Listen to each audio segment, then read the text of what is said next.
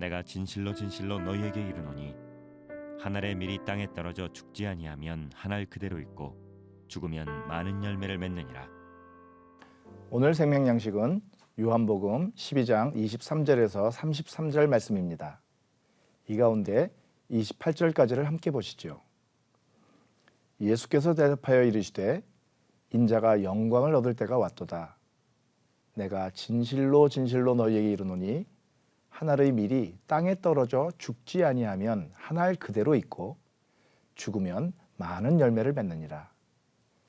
자기의 생명을 사랑하는 자는 잃어버릴 것이요 이 세상에서 자기의 생명을 미워하는 자는 영생하도록 보존하리라. 사람이 나를 섬기려면 나를 따르라. 나 있는 곳에 나를 섬기는 자도 거기 있으리니 사람이 나를 섬기면 내 아버지께서 그를 귀히 여기시리라.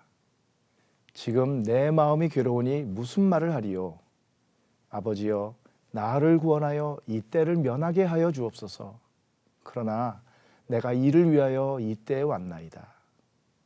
아버지여, 아버지의 이름을 영광스럽게 하옵소서 하시니 이에 하늘에서 소리가 나서 이르되 내가 이미 영광스럽게 하였고 또다시 영광스럽게 하리라.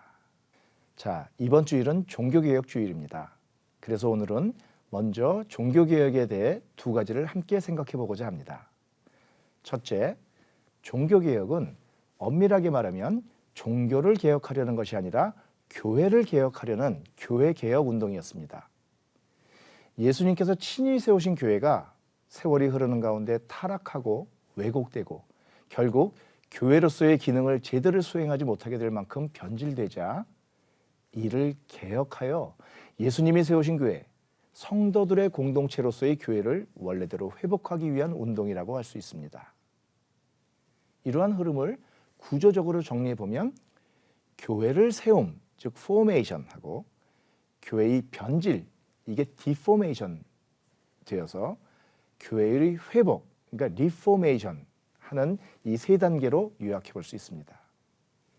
종교개혁은 단순히 교회를 새롭게 한 것이 아니라 왜곡된 점들을 바로잡아 교회를 회복시키기 위한 개혁운동이었던 것이죠.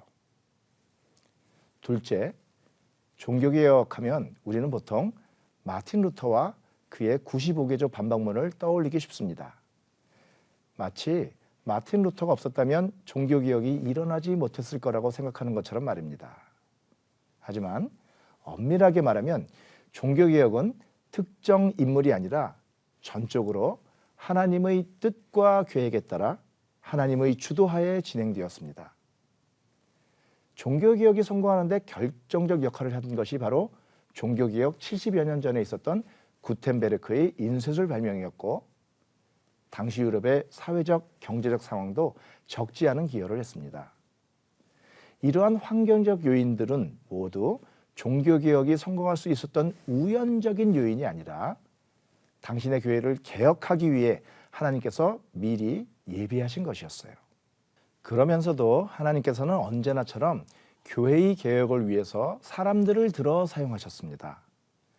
그 대표적인 인물이 바로 루터, 쯔빙글리, 칼빈 같은 종교개혁자들이죠. 이들은 모두 교회개혁이라는 과업을 수행하기 위해 온갖 어려움을 겪었지만 그러는 가운데서도 헌신적으로 하나님의 일에 쓰임받은 복된 사람들입니다. 종교개혁자들처럼 하나님의 일에 쓰임을 받는 복된 사람들에게서 우리가 어떤 모습을 발견할 수 있을지를 오늘 본문에서 살짝 엿볼 수 있습니다. 세 가지를 말할 수 있을 것 같은데요. 첫째, 한 알의 밀알이 떨어져 죽어야만 비로소 많은 열매가 맺을 수 있다는 24절의 말씀처럼 하나님의 일에 쓰이도록 세움을 받은 사람들은 그 일을 이루기 위해 자신을 내어주는 희생과 섬김을 합니다. 내가 죽어야 열매를 맺을 수 있는 것이죠. 바꿔 말하면 내가 나를 주장하는 한, 내 방식을 고집하는 한 하나님의 일에 열매를 맺을 수는 없다는 겁니다.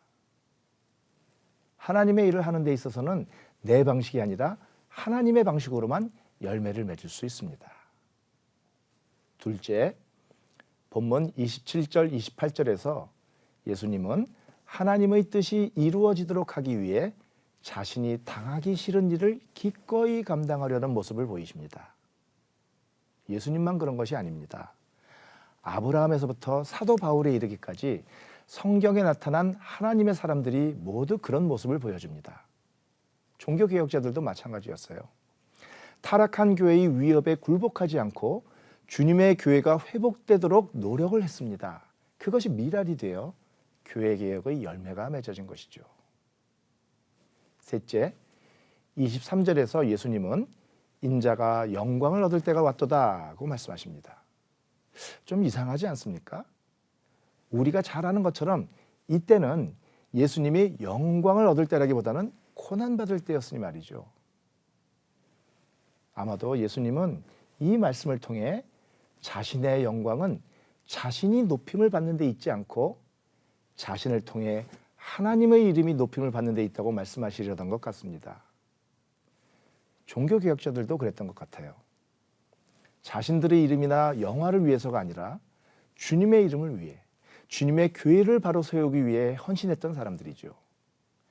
지금은 우리 모두가 그들의 이름을 기억하지만 그들 스스로는 자기 이름을 드러내려 한 것이 아니었어요. 그들을 높이신 분은 바로 하나님이시죠. 여러분, 우리가 구해야 할 영광도 그런 것일 겁니다.